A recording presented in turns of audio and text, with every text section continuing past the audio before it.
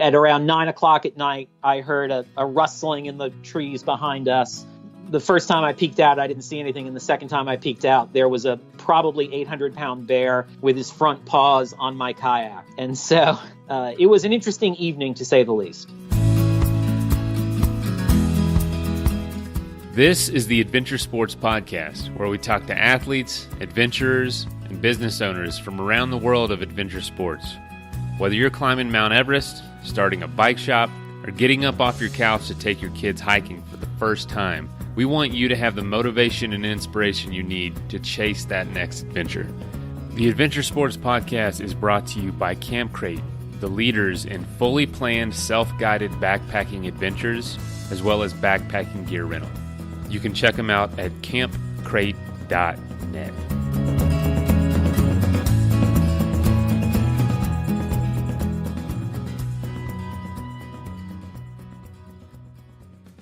Happy Monday, everybody. You know, Mondays make up 15% of your life. Don't make them miserable. Be happy. Hope you did something fun this weekend, something adventurous, something to one day bring you on this show, because a lot of our future guests are out there listening right now. But today we are talking about sea kayaking and why Brett Friedman likes it better than backpacking. Now, it might not be better than backpacking. I know that's opinion, of course. But he brings up some really good points. And for those of us who are aging, maybe our legs, maybe you just don't want to carry a heavy backpack up a mountain anymore. Well, biking or kayaking can kind of take relief from those joints and put it on the water. And he also mentioned something about how sea kayaking provides you ice cold beer at the end of a long day, which is pretty appealing, to be honest, without the use of ice, which is awesome. He is, we wanted to talk about his experiences sea kayaking, but he's a teacher, and it comes out so clearly in this episode. This almost should have been like a life outside the box, because he basically tells us how he's built his outdoor career, as well as teaches us from the basics how to sea kayak, and I really enjoyed that. And he was a fantastic guest. So thank you, Brett, for that. And enjoy this conversation, y'all. Today's episode is sponsored by Athletic Brewing. They are the makers of the world's best craft non-alcoholic beer, and there's a number of reasons why you would want to drink non-alcoholic beer. You determine what it is for yourself, whether it's health, whether it's training, all sorts of reasons. A lot of good ones.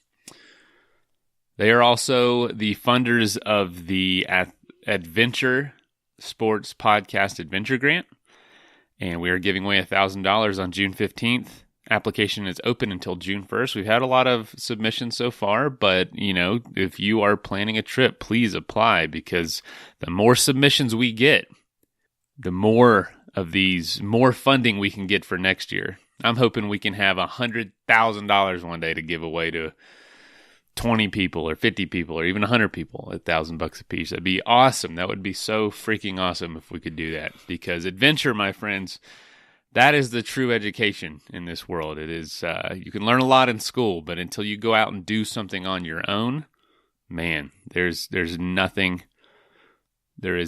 more valuable, and almost nothing that comes at a better bargain. I would say my value, what I would say my trips are to me as a person, are priceless, yet the price of them was a fraction of what a 4-year degree was. Well, a 5-year degree. I took my time. But compared to the impact it had on me as a person, I promise you, if you talk to the people on this show who have gone to school or have other achievements, this is what they want to talk about if they have stories to tell. It's their adventures. It's what they've done. It's what they've done with their mental and physical strength and persistence and resilience, not just the mental side. School definitely engages the mind, but adventure can engage both the mind, body, and the heart and spirit and all that. It's It's amazing. It's absolutely amazing. So I hope you're planning something. If you're not, start writing stuff down. Get something on paper. Challenge yourself this year. This year is still young. You know, we're going into May, but you know, you can get your body whipped into shape pretty quick. That's the beauty of the human body. Anyway, I'm going on a tangent if you haven't noticed. So the next sponsor is Aftershocks. They are the makers of headphones that don't go in your ears. They rest against the side of your head, right in front of your ears, so it leaves your ears open so you can train, bike, run, walk safely, and also hear the world around you while you listen to my wonderful voice. Also, CS Instant Coffee. They're the makers of 100% Arabica coffee, instant coffee that comes in these little packets that you can take with you camping or hunting or whatever you want to do. And it's totally compostable packaging.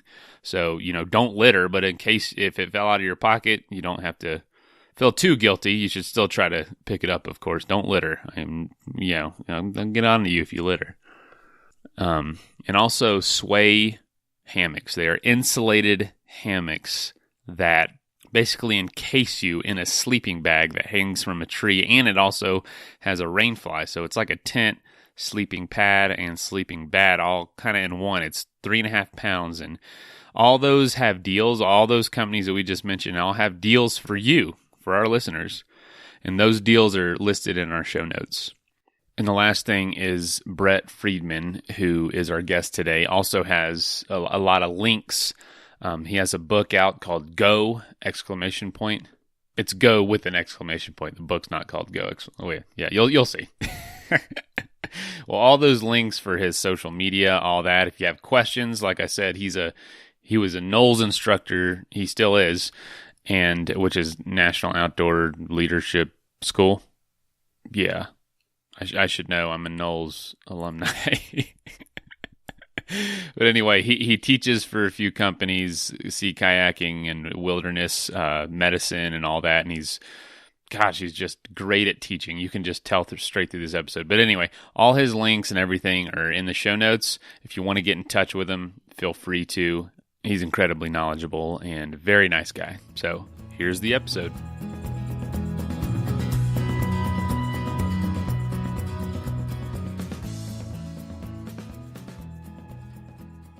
I'm going to do a little intro and just make sure I have some things right. You're a NOLS instructor? Yeah, I was a NOLS sea kayaking instructor. I did my instructor course in 2006, which was actually when I did the Port Hardy to Bella Bella. That was on my instructor course. And so I instructed kayaking for NOLS for 3 or 4 years. And then slid over to NOLS Wilderness Medicine, which at the time was called the Wilderness Medicine Institute, and started teaching for them for a number of reasons. I had a strong background in emergency medicine. I was a paramedic and an EMT before that. And so it was sort of a natural transition for me, combined with the courses that I taught for NOLS Sea Kayaking were month-long courses, which are just hard on having a normal-ish human life, you know? No kidding. That's a month out somewhere? Yeah. Holy So cow. a month. So my drive to teach for NOLS Sea Kayaking was that I had what I describe as an addiction to kayaking in Alaska. And so for me, that the path to make that happen was to work for a school like NOLS, which I had gone to as a student. But that way, at least I got paid something to be away. But the flip side is you're completely out of contact with the rest of the world. And that's hard on many aspects of living a sort of a normal-ish life. So did you approach NOLS for their sea kayaking, or was that already going?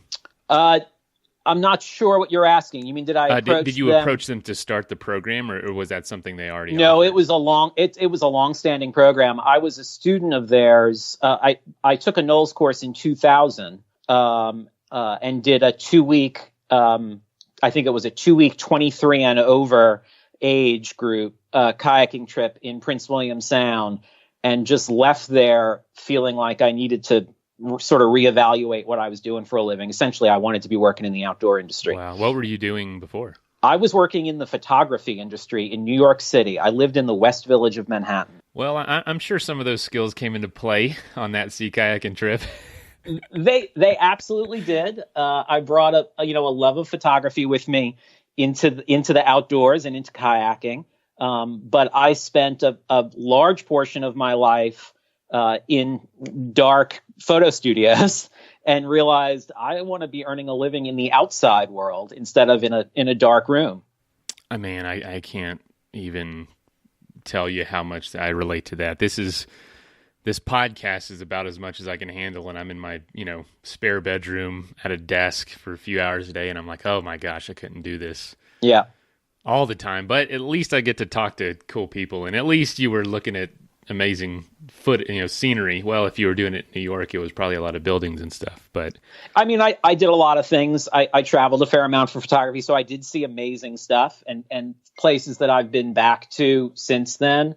It was a great experience, but I realized that I needed to sort of transition that experience to something that was a little bit more beneficial for me as an individual. And I wanted to have a bigger impact on people. The photography that I worked on was selling things. And I was like, we spend a lot of money. We spend a lot of time to sell products. I want to have a different sort of impact on people's lives. And so I slowly transitioned to becoming an outdoor educator, which is what I do now. What was your education to get to this point? And then what do you do as far as teaching now, since you don't do those long courses? Yeah. So in terms of education, a little bit of my backstory is that so the beginning of my transition to being an outdoor educator, like I looked at my background, I was already active in the outdoors. I compiled a list of like all the things that I had done in the outdoors, and it was a fairly good list. At the time, it was what we called a resume of outdoor experiences, right? And so it was like 10 days of backpacking here and a week of kayaking here and rock climbing here. And so it was just to sort of get a feel for what my experiences were. And I realized the first thing that I was going to need to do if I was going to work in the outdoor industry was get some form of wilderness medicine certification. At the time, the industry standard was a wilderness first responder course, which was 10 days long. And so I jumped on that and decided to get that relatively early and had a great experience taking a course from a company called Wilderness Medical Associates, which is based in the Northeast. Had a great pair of instructors and just walked away with the course just feeling super empowered and wanting to do more. And at the time, I had already left New York City and was living about an hour and a half north of Manhattan. And New York State is particularly good about volunteer fire and EMS. And so I immediately volunteered to be an EMT, with the caveat being is that a lot of the time when you do that, they pay for you to get trained. So they would pay for me to become an EMT, and I would volunteer to work on an ambulance in the relatively rural community where I lived. I did that volunteered for maybe a year, and then made the jump and left a job in graphic design, still looking at a computer all day long, right? And started working as an EMT. And then after about a year, I decided I was going to get a paramedic certification, which is a little bit further up the chain of skills. And a paramedic certification is really, you're just getting lots of little certifications, and then you take a big test at the end.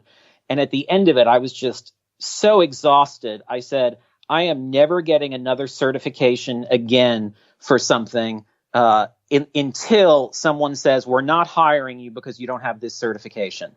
And so right. I managed to transition into the outdoor world without a degree in anything outdoor related. I didn't go to college at all until I became a paramedic, where I did 3 semesters just to run through the program and pick up all those certifications.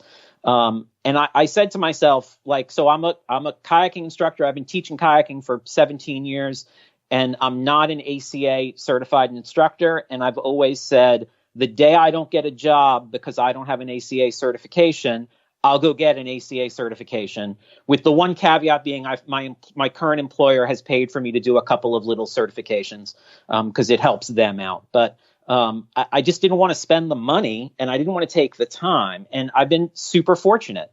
Now, today, if you decided you wanted to work in the outdoor industry, I don't know that you could pull that off. I know 4 or 5 people that are in the process of getting master degrees in something outdoor recreation related. And so I think that's normally what's looked for. I was a little bit ahead of the time curve. And I'm 51 years old, and I've been doing this for almost 20 years. And so I think that the amount of experience I have at this point has sort of gotten me through, if you know what I mean. I know a lot of people that listen to this show are interested in taking their passion for what they do beyond just a hobby and into at least a pseudo career, myself included.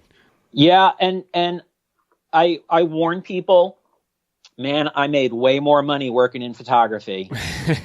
But the flip side is funny because that's often a side hustle for people too. It is, yeah. I was fortunate that I sort of fell into the photography industry. I actually worked in the film industry in New York for, I think, about 8 years, and then transitioned into photography. And I fell into it right out of high school. I had a family member that worked in the industry, which gave me my start, and I was able to work well with people, and it built relatively painlessly for me, which is very lucky. That's not the case for a lot of people.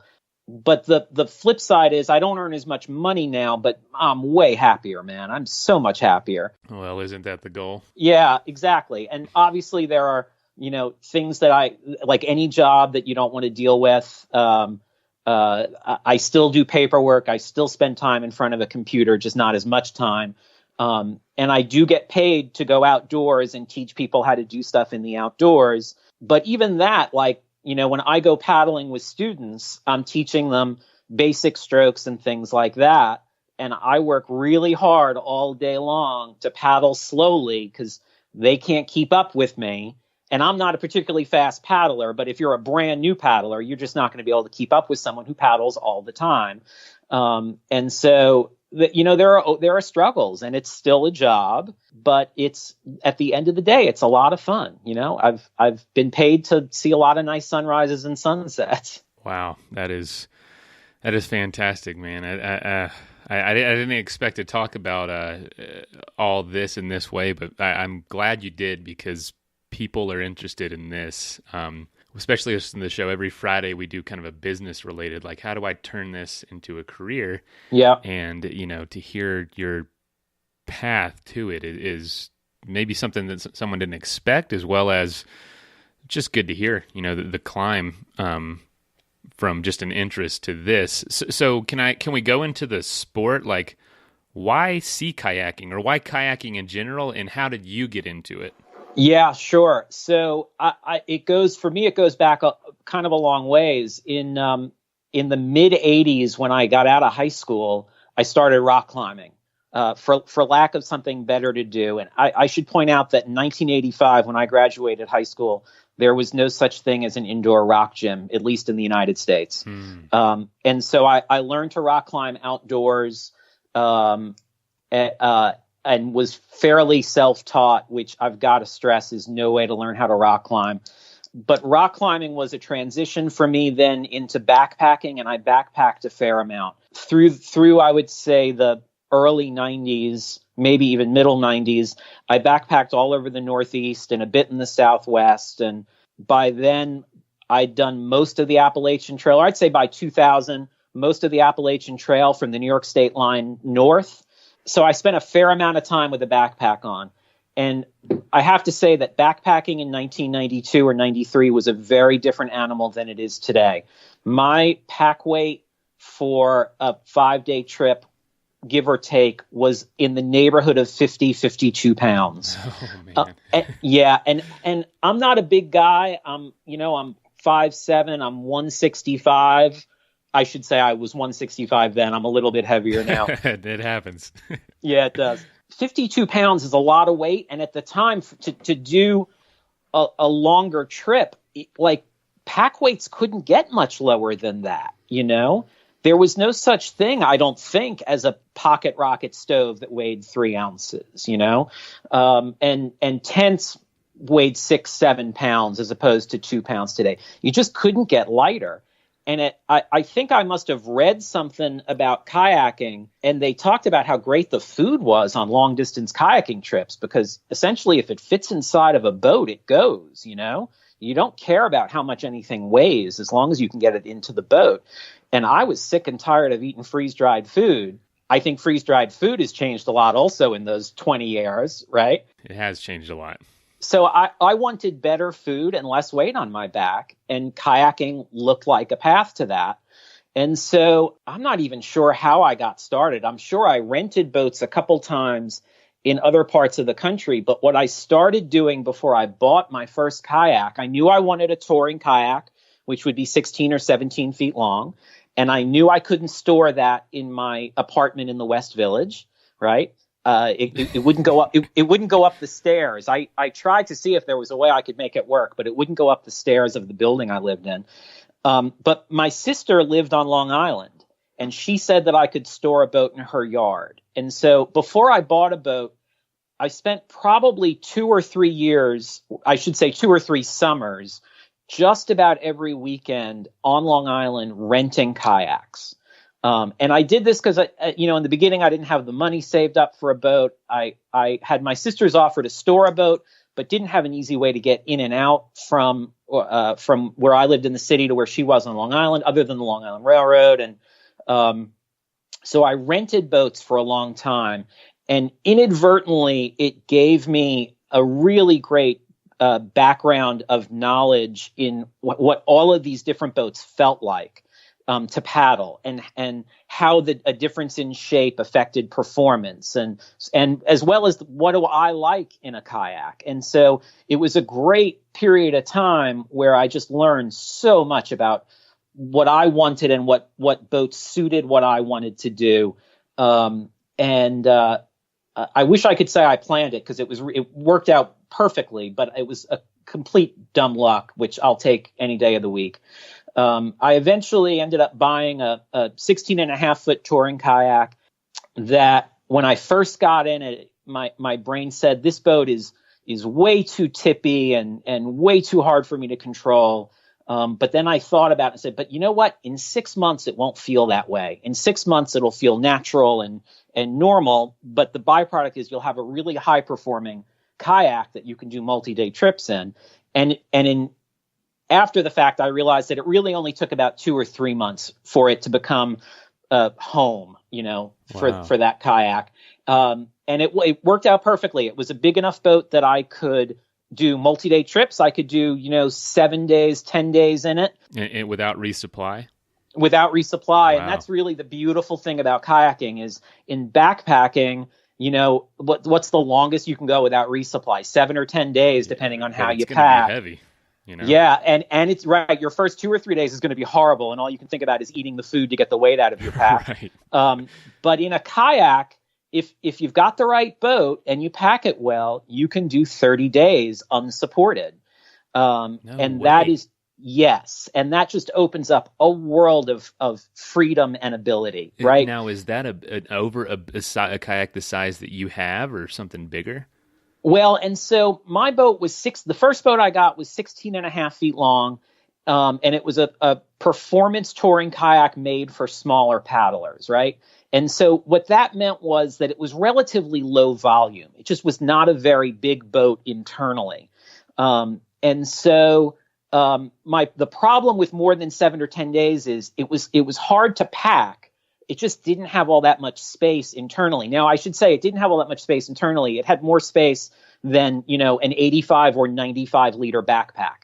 But for 7 or 10 days with all the gear you need, you need more space. And so when I decided I was going to do the inside passage, the first thing I decided or realized was that my boat wasn't suitable. And so I realized I had to upgrade my boat, and I had to upgrade a handful of other pieces of gear, because by then I was already a fairly skilled kayaker. By the time I made to do that decision, I had already done a NOLS course as a student and had an idea of long distance travel in a kayak. But so I realized I needed a boat that was higher volume. And so the boat that I upgraded to is a boat made by a company called Delta Kayaks. They're out of Maple Ridge, British Columbia, and it's a thermoformed plastic boat. It's not a super expensive carbon fiber boat or fiberglass boat because, frankly, I can't afford a boat like that. This boat was moderately priced, but the big thing about it was that when I test paddled it, it fit me. I'm a smaller paddler. It fit me well and was fun to paddle when it was empty, but loaded up with gear, it was just a monster in terms of internal storage. So I'm sure at an outdoor store, you've seen a gallon can of Coleman fuel or white gas, call it what you will. Mm-hmm. I can store one of those gallon cans upright so that the closure, the lid is on the top inside my bow storage compartment, which is the small storage compartment. So just the boat offered a massive amount of storage, which was what I needed. Athletic Brewing is pioneering non-alcoholic craft beer. Yeah, I said non-alcoholic craft beer.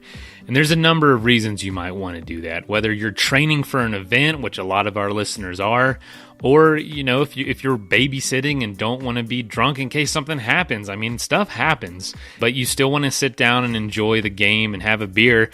This is an incredible option for a full-flavored, full-bodied beer. Each can is only 50 to 70 calories. With IPA, golden ales, stouts, and tons of seasonal offerings, Athletic Brewing is a great option if you want that craft brewery taste, but not deal with the effects of alcohol itself. If you'd like to save 15% on your first order, go to athleticbrewing.com and use the code ADVENTURE at checkout.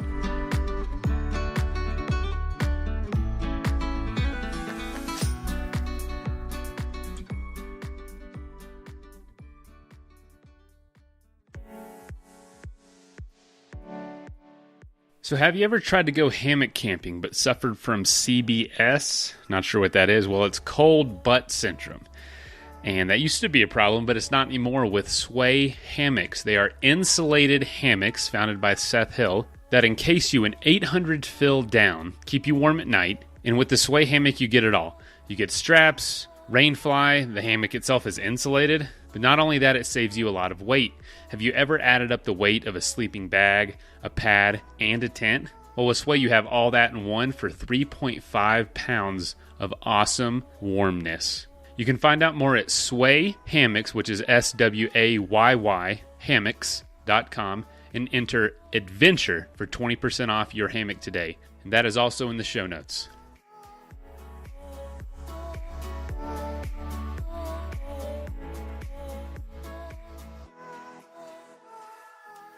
Wow. Now I'm writing all that down because I'm actually very interested in getting into this. I've done some sea kayaking in Florida in the 10,000 Islands area, and I'd love to get more into it because one thing that's, as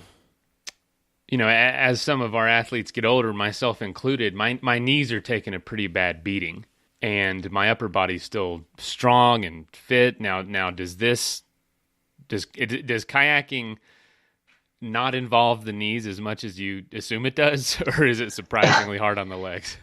No, it's not hard on the legs, and actually, I've helped 7 or 8 individuals that are outdoor professionals that were professional backpackers, NOLS instructors or guides or whatever, who say the exact same thing. They're like, dude, I've been doing this for 20 years. My knees are shot. What am I going to do? And the answer is you transition to kayaking. It's a relatively easy transition. You've already got the gear. You've already got the experience. You need to learn a couple of things, one of which is how to pack a boat compared to packing a kayak. But the biggest thing is you need to learn how to paddle a kayak efficiently. And what I tell people about kayaking is that the great thing about kayaking is that you can walk into a store, you can buy a kayak, a paddle, and if we're lucky, you'll buy a PFD, a personal flotation device, or a life vest. You'll buy those 3 things. You'll take your boat to the water. You'll go paddling, and you'll have a great time. That's the great thing about kayaking. Wow. The horrible thing about kayaking is the exact same list of things, right? Because there is no preconceived notion that you need to learn how to paddle a kayak. Very few people seek out instruction in how to paddle a kayak. And if you've never been taught how to do, for instance, the forward stroke, which is what you do all day long, if you've never been taught how to do that correctly, it's super counterintuitive, and I guarantee you're doing it wrong. And so you do use your legs in the boat, but far more subtly than you do powering a backpack up the side of a mountain. I imagine. Kayaking is not an arm strength sport. Kayaking is a sport of core strength. And what I tell people frequently in classes is that kayaking will not give you big, strong arms. It will not give you great cardio. What it'll do is it'll give you really good posture and really good core strength. And as you sort of move up the skill set, those things just get better and better and stronger and stronger. And your legs are engaged. It is where power comes from in a good forward stroke.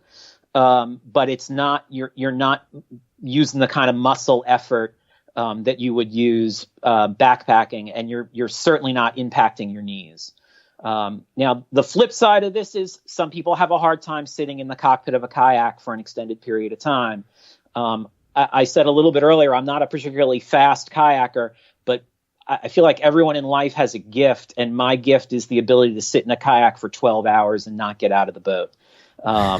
And part of that is, the cockpit of my boat is padded out with padding where I need it and where I want it. And it's super comfortable. I have a habit of paddling in cold, wet places like Alaska, where, man, the cockpit is nice and warm and cozy, and I don't want to get out of the boat. I paddle frequently with people who are like, no, I got to do a shore break. I got to stretch my legs. And I'll just sit in the boat 10 feet off the shore while they're walking around on shore. I have no need to get out of the boat. And my example, I think, is a little extreme, but a normal human being should be able to do 2, 3, 4, 5 hours in the cockpit of a boat without legs falling asleep or bottoms going numb or anything like that. So what are some of the things that you enjoy about sea kayaking that you don't necessarily get from backpacking?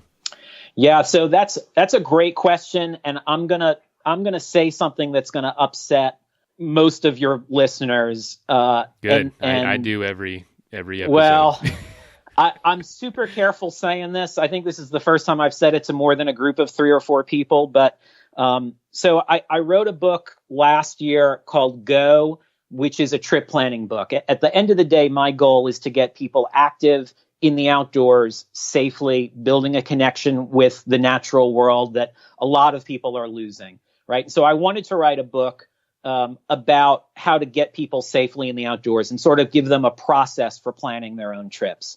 Part of that is that we highlighted 3 trips in the book to use as a template for doing your own trips. And so we highlighted a weekend backpacking trip, which I think a lot of people do. And we decided to do that because I'm located in the Southeast.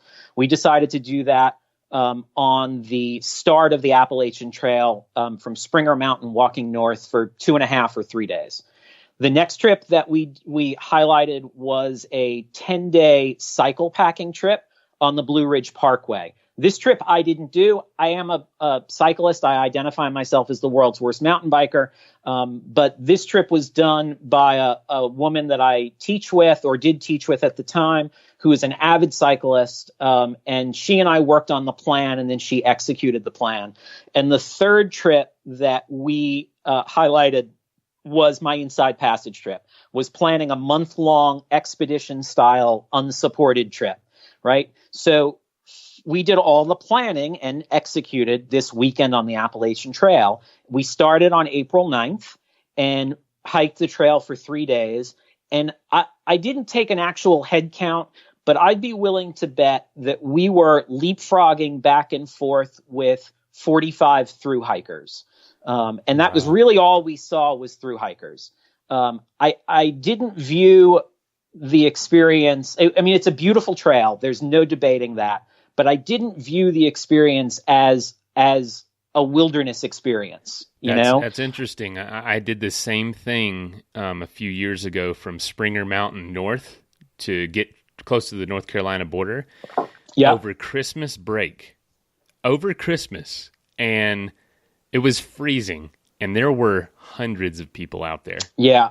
And so what I've been saying is that the Appalachian Trail, as people like to think about it, is essentially dead, right? There are so many people on it, and it's been growing steadily for years, but the Cheryl Strayed book doubled in 1 year the number of people that got on the AT, and then the Bill Bryson book, which I think was called A Walk in the Woods, doubled it again.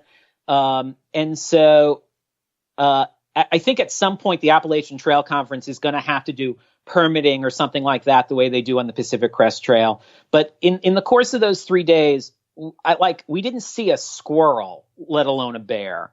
We saw one black snake. We didn't see a bird. We didn't hear a bird because there were so many people on the trail. And so for me, what it did was it reminded me of two things. It reminded me that I hate carrying a heavy backpack up a hill, and keeping in mind that my backpack only weighed 30 pounds. And it reminded me why I like kayaking, which is it's relatively easy to load a boat with gear and paddle for an hour or less and find yourself camping someplace with no one else there, where you're not going to property. Yeah, where you're not going to see another soul, and it gives you that relatively quick access to a wilderness experience, and that's why I like it. And every time someone complains to me about how many people they see on the trail, I say, dude, you got to think about sea kayaking. It's a relatively small number of people that are doing it at this point. Obviously, it's only going to grow, but it's growing slowly. Kayaking in general is growing quickly. It's a very healthy sport in terms of growth, but it's all growing in the direction of recreational kayaking. I'm going to put my boat in at a marina or on a lake and paddle for an hour. And it's growing in terms of kayak fishing. Kayak fishing is actually the largest market space for growth in the paddle community. And so very few people are really doing long distance sea kayaking stuff.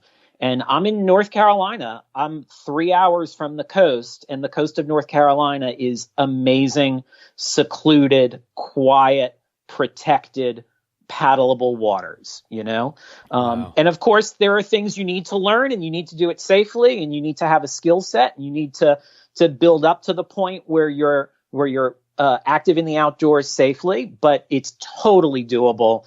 And is a relatively shallow learning curve.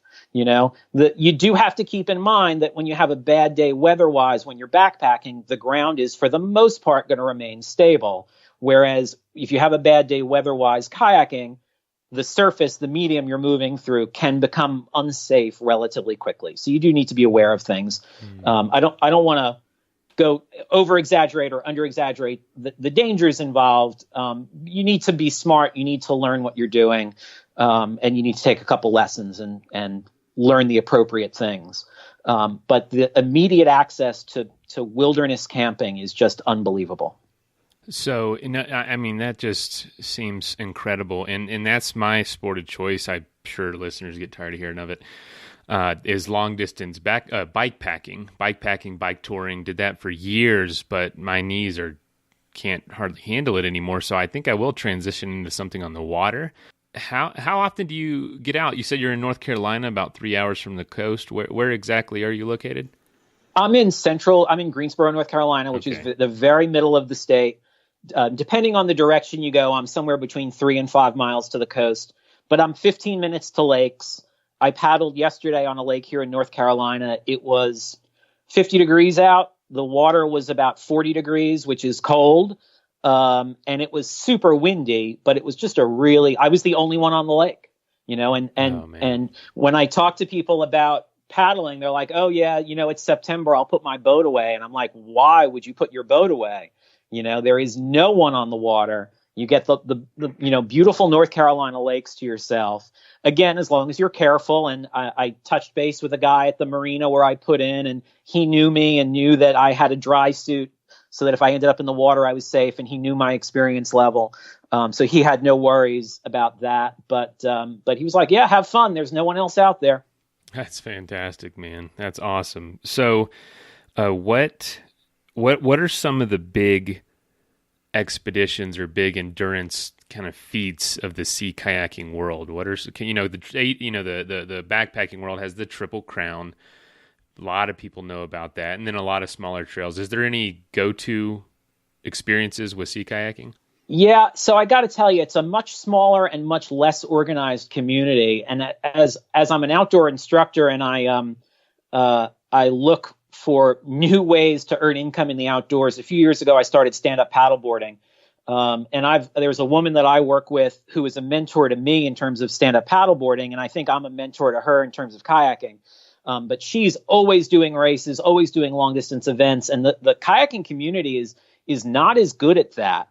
And so what we do have are water trails, so sort of similar to an Appalachian trail, that are essentially what they do is they create a map of a water trail. You can go from point A to point B, and here are campsites about a day's distance apart. There's not a whole lot of support. The campsites are maintained, but they don't get a whole lot of traffic. And so I would say, on the East Coast, you've got the Main Island Trail, which runs down the coast of Maine. I forget off the top of my head how long it is. There's the Hudson River Water Trail, so you can actually paddle the Hudson River from far north in New York State all the way to Manhattan. And I've done a big section of that trail. And about a day's apart, there are campgrounds, some on like islands that don't allow public access after dark, but you can use the campsites because they're water access. And the Hudson River is really beautiful. Where I am in North Carolina, we don't have a water trail, but what we've got are the Outer Banks, which are a chain of barrier islands that run from the north end of the state to the south end of the state. And what happens then is that you've got on the outside of the barrier islands, you've got the Atlantic Ocean. On the inside, you've got the Pamlico Sound or a couple of other sounds. The Beaufort Sound, I believe, is the other one. But you can then paddle on that sound side, which is super protected. You're not paddling in big surf. It can be a little tricky finding campgrounds, and the tides you have to pay close attention to because it gets super shallow in some sections. But really beautiful camping and paddling that runs for hundreds of miles of coast. I haven't paddled in South Carolina that much, but I'm sure it's a similar situation. I think in general, you could do the intercoastal waterway all the way down to Florida. And then you've paddled in Florida. You've got all of those coasts, particularly on the Gulf of Mexico side, just beautiful paddling options in there. And then we talked about a little bit briefly, there are a handful of things that, like, if you're serious, that you're going to want to do. And at some point, people look at the Inside Passage, which runs traditionally from the north end of from Seattle to one of two options. Some people choose to go to Skagway, Alaska, which is the traditional end of the Inside Passage. Some people choose to go to Glacier Bay, which is a little bit further west, and you end in a national park, which is super nice. When I did it, I chose to go to Skagway purely for logistical reasons, in that my car was in Skagway and I had to get back to my car. And so I could have gone out to Glacier Bay, but it would have added a lot of time to the trip. But yeah, all over the country. And then I'm sure you've got similar stuff in Canada that I'm just not aware of. But all over the country, you've got options for good long distance kayaking. Nothing with the sort of recognition of the Appalachian Trail. Most people that I talk to that know about the Inside Passage know it from going on a cruise ship. Lots of cruise ships do the Inside Passage. Yes, that's right. And so most people that I talk to about the Inside Passage, they'll say, "Oh, I'm going on a cruise there," and I say, "Oh, I kayaked that."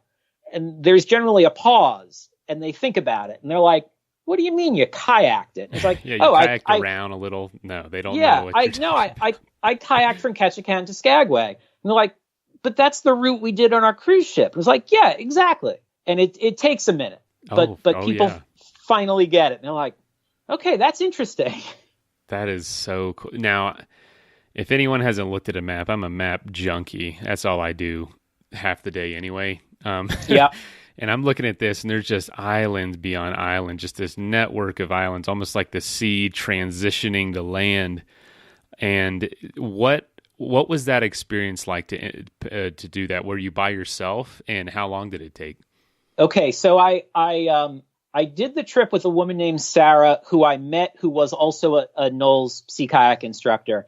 But essentially what happened was I decided, I think in 2009, I decided I was going to do it. Actually, you know what? I got to go back a little bit. In 2001 was when I decided I wanted to kayak the Inside Passage. I had done the year before a Knowles course as a student. And what happened for me was, so I lived in Lower Manhattan. And at the time, in September of 2001, the photo company that I worked for moved their photo studio from the east side of Manhattan to New Jersey. And so on the morning of 9/11, I woke up, got in my old SUV, met a friend of mine, and we drove through the Holland Tunnel to go to New Jersey to go to work. And shortly after getting out of the Holland Tunnel, we heard on the radio that World Trade Center 1 had been hit by an aircraft. And so initially, like everyone, we assumed it was an accident. We then shortly thereafter realized that it was not an accident when the other plane hit the other tower. We're now in New Jersey, and all of the tunnels and all of the bridges into Manhattan are closed. And so I'm sitting in my office at a photo studio, realizing no work is getting done today. The phones in New York were not working. Cell phones were not as ubiquitous at the time, but you couldn't make a phone call. Just all the lines were busy. And it finally occurred to me to email my family members who lived on Long Island that I was okay, because I lived less than a third of a mile from the World Trade Center, and they didn't know where I was. I'm sure they assumed I was at work, but they wanted to know I was okay.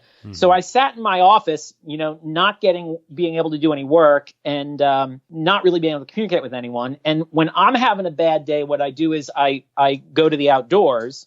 And this day I couldn't, obviously. So I started planning a trip, and I said to myself, the Inside Passage sounds cool. What would it take to do that? And so I started some research, and on the rudimentary internet of 2001, realized I didn't have the gear that I needed, and really didn't have the skills yet that I needed. So it was, sorry, I have a noisy dog. Oh, no worries. My dogs are always in the background. No.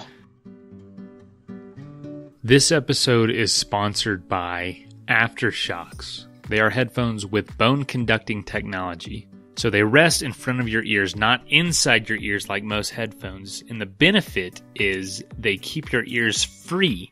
I would have felt so much safer on my bike trips if I would have had these, but I'm on the bike for 12 hours. I'm not going to not listen to something. So I did put myself at risk a lot. And I would highly recommend something that allows you to keep your ears free and be able to listen to this show, or music if you choose that. But come on, you want to listen to this show. They have a 6-hour battery life, awesome audio quality, and you can get $50 off the Trex Air Adventure Bundle or the Trex Titanium Adventure Bundle at asp.aftershocks.com. And that is also in the show notes.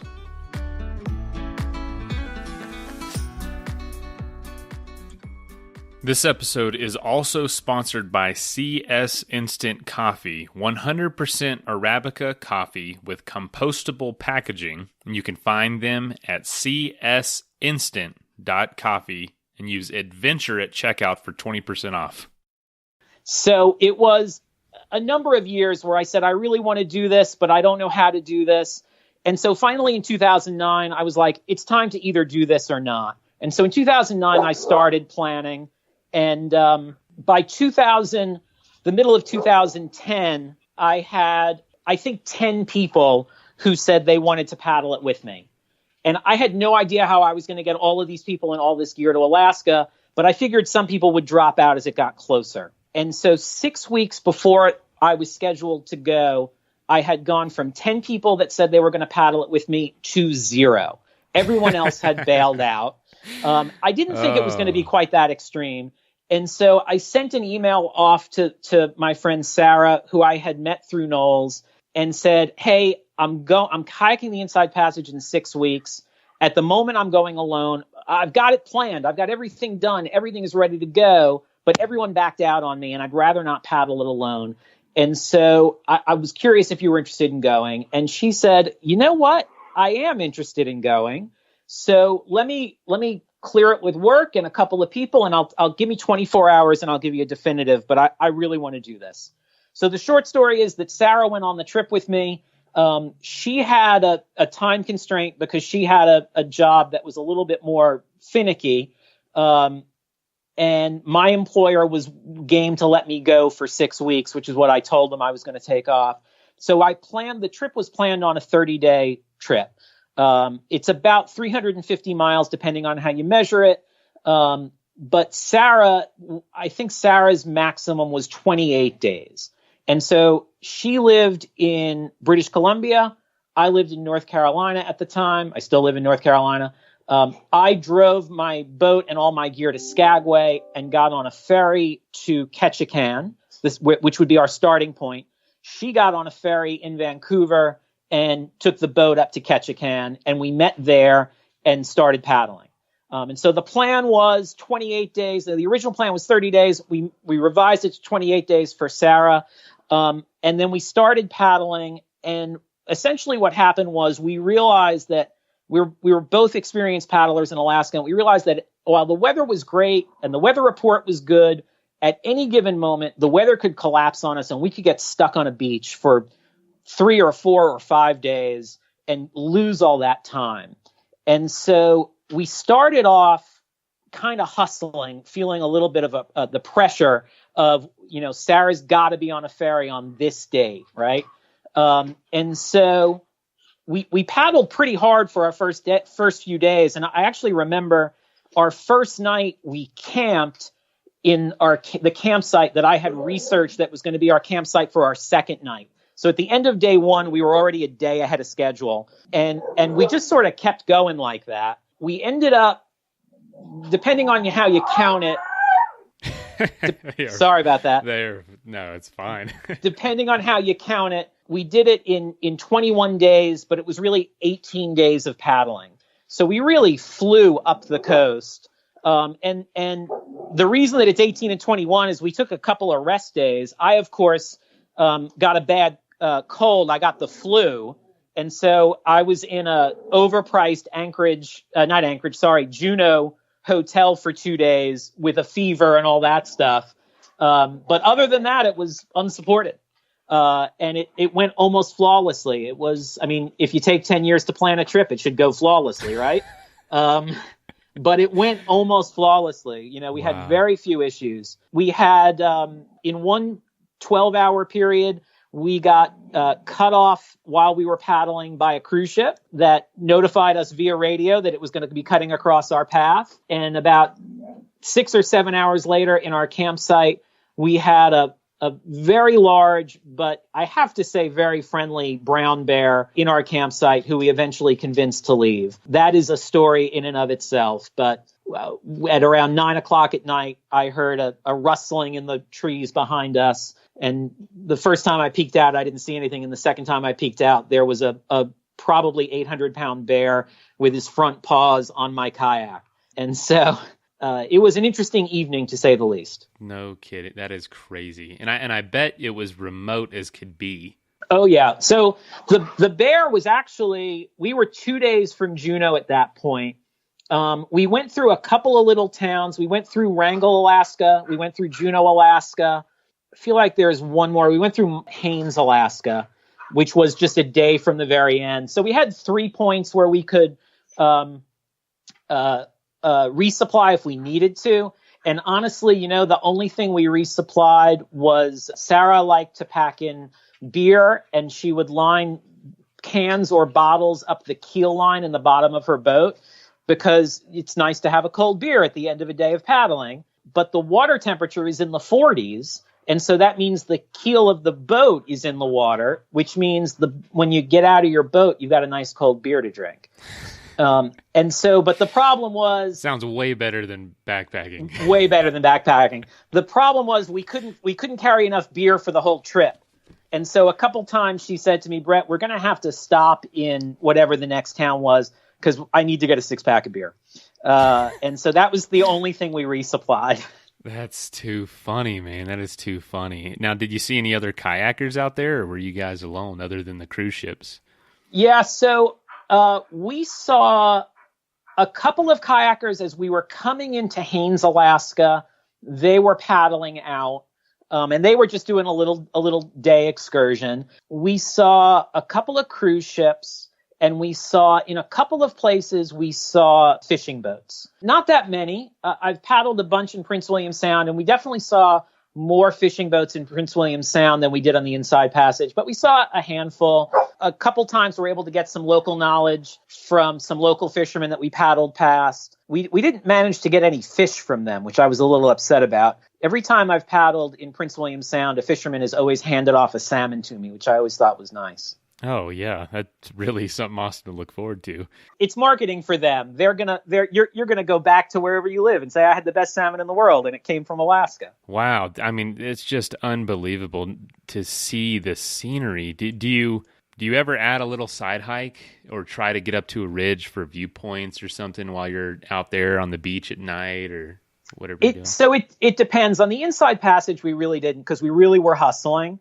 True, yeah. And we were doing long days in the boats. And so by the time we got to camp, it was pretty much make camp, make dinner, relax a little bit. The sun at that point, we were there in June and July. The sun isn't really ever setting completely. And so let's try and get some sleep and be up at 4 or 5 in the morning. But absolutely on other hikes, particularly the coast of North Carolina, if you paddle the inside shore of the Barrier Islands, it's a nice hike over to the ocean side.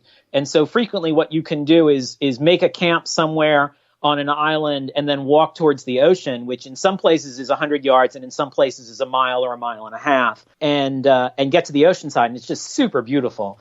And then you walk, and at the end of the day or the end of your hike, you walk back to wherever your camp is, have dinner, go to sleep, wake up, break it all down, load up the boats, and keep paddling. Sounds amazing to just incorporate the water and the mountains and the solitude and it sounds incredible. If people want to get into this, how do you recommend them starting?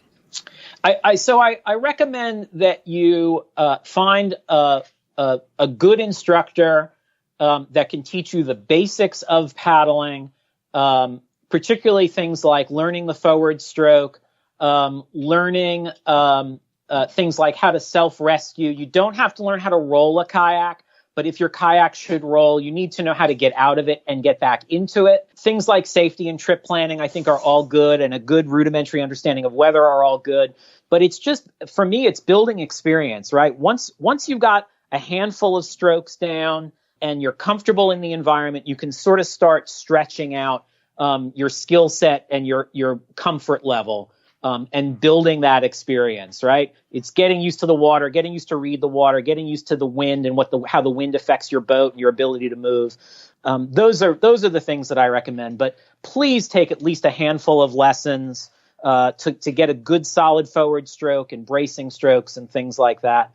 And there are tons of places you can do that. You can do that with an ACA instructor. Even though I am not an ACA instructor, I think that they're a good resource. I work for they don't like me to mention their name because they're a big company, but I will just say a major outdoor retailer that has an outdoor school component. I teach for them. And so through them, you can do day-long kayaking courses to learn the basics. And then there are extended trips that you can do with them as well. And if you want to do what I did, the route that I did, which was a little crazy, was in 2000, I was like, you know what, I want to get serious about kayaking. And I did a 2-week Knowles course in Prince William Sound, and learned how to paddle effectively and learned how to move in a boat, in terms of move all your camping gear, how to pack a boat, how to make a trip plan, how to get to your destination safely while having an amazing experience. And I did that in Alaska with great instructors. And it's not as easy of an option for a lot of people to do. My course was 2 weeks. I think now Knowles offers 8-day courses, which they call Knowles Prime, to make it a little bit more accessible for people that have normal jobs, So that's a little bit more on the extreme edge of learning a new sport, but I think it's a really great aspect. And for me, that's where my addiction to kayaking in Alaska came from. I went back to Alaska a couple times on my own. Then I became a Knowles kayaking instructor because I realized I couldn't afford to keep going back to Alaska alone. Right. And did that for a few years. And I think the rest of the story at this point. Unreal. I'm really excited to do this. I'd say my only experience with it was, like I said, the 10,000 Islands area. We kayaked island to island that were all about an acre in size, beautiful beaches to the open ocean, coconuts on the shore. For 4 or 5 days, didn't see a single other person in a kayak. Exactly. It was awesome. Exactly right. Exactly right. Yeah. Fires right on the beach. Yeah. Driftwood. I mean, we drank coconut milk all day long. It was awesome. I highly recommend it. So yeah, this has sparked me to get back into it. So thank you. My pleasure. I want to throw out a couple things. So yeah. I mentioned I wrote a book called Go with an exclamation point. That's on Amazon, and it's available as a physical book or a Kindle version. It's also available if you're an iPad person on iTunes or the iBook store. But 5 years ago, I wrote a kayaking instruction book called Enlightened Kayaking, which is actually only available on the iPad, because what it does is it breaks down a bunch of lessons, everything you need to know about paddling a kayak, from how to get into the boat to how to roll a kayak. But each lesson has a video. And so the only way I could do that was with the iPad. And so that's on the iBook store. And then my website, which is Adventure Otaku, the word adventure and the word otaku, Otaku, started as a blog, but has a lot of video. And I've been writing that since, I want to say, 2006 or 2007. And so there's tons of information about trip planning and learning how to paddle a kayak. And there are a lot of videos, instructional videos for kayaking and stuff on there. You have to dig a little bit to find stuff, but it's all in there. What does otaku mean? Otaku is a Japanese word that means a person with an obsessive interest. And so originally my website was Paddling Otaku, and it was strictly paddling related. And when I released the trip planning book, I transitioned it to Adventure Otaku. Either name will get you to the same website. And I'm Adventure Otaku on Instagram. I'm on Facebook, but I'm not really using Facebook. I'm just not digging Facebook these days. Yeah, I get that. Wonderful. Now, do you only do classes in North Carolina or? So regular outdoor stuff. So the company that I work for, most days I teach just about everything. With the exception of rock climbing and mountain biking. So I teach navigation, and I teach cooking, and I teach backpacking skills, and I teach kayaking and stand-up paddleboarding, all through this company that I'm sure everyone can figure out who it actually is. I'm just not allowed to say it. And then the other thing that I teach is wilderness medicine courses through Knowles, which is 2-day wilderness first aid courses. If you are active in the outdoors, I think it's a great set of skills for people to have, which is to actually know what you need to do when someone gets injured in the backcountry. Now, honestly, most of the time that people get injured in the backcountry, it's a twisted ankle, a torn up knee, a cut, a scrape, something like that. And we'll teach you how to handle that stuff as well as far more serious things. And those I teach all over the Southeast. So I was just actually, I think 2 weeks ago or 3 weeks ago, I taught a course in New York City, back not far from where I used to live, and in Soho. But I travel all over the Southeast teaching those courses. I'm teaching one in April here in North Carolina. And in general, I go about as far west as Tennessee, and usually about as far north as Washington, D.C. But the Soho trip was a sort of a special occurrence.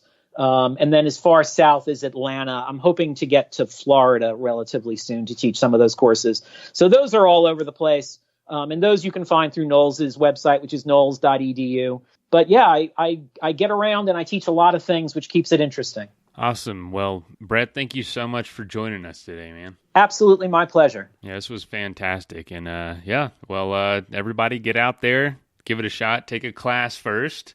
Hopefully by Brett, and then you learn from the best, and then get out there and try it.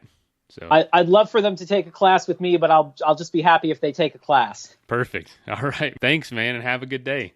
Thank you. You too. All right. Talk soon. Bye. All right. Bye. First of all, thank you so much for listening to the episode. Secondly, if you would like to get in touch, you can leave us a voicemail at 812-MAIL-POD. You can also send us an email, info@adventuresportspodcast.com. Get a hold of us on Facebook, Instagram. Contact us on the website. There's just 1,000 ways to do it. If you know somebody that would make a good guest for the show, whether it's you or somebody you know with a really cool story or background or does an interesting sport, get in touch. We'd love to have them on. Also, if you'd like to be a patron, aka a supporter of the show, patreon.com/Adventure Sports Podcast. You can sign up for as little as $1 a month. You can sign up for $5 a month. And lastly, thank you to our sponsors whose messages follow right now. Go to athleticbrewing.com and use the code ADVENTURE at checkout to save 15% off the best tasting and lowest calorie non-alcoholic beer you're ever going to try.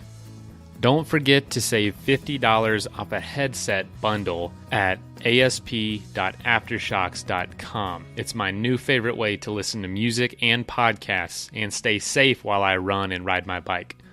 After all this adventure talk, if you need to go to a place and buy some gear and talk to an expert, go to backpacktribe.com. They can help you choose the right gear, and they have the expertise and know-how with each piece of equipment. Now get out there and do something crazy. Also, Sway hammocks. They are insulated hammocks, like having a tent, sleeping bag, and sleeping pad all in one. Check them out at swayhammocks.com.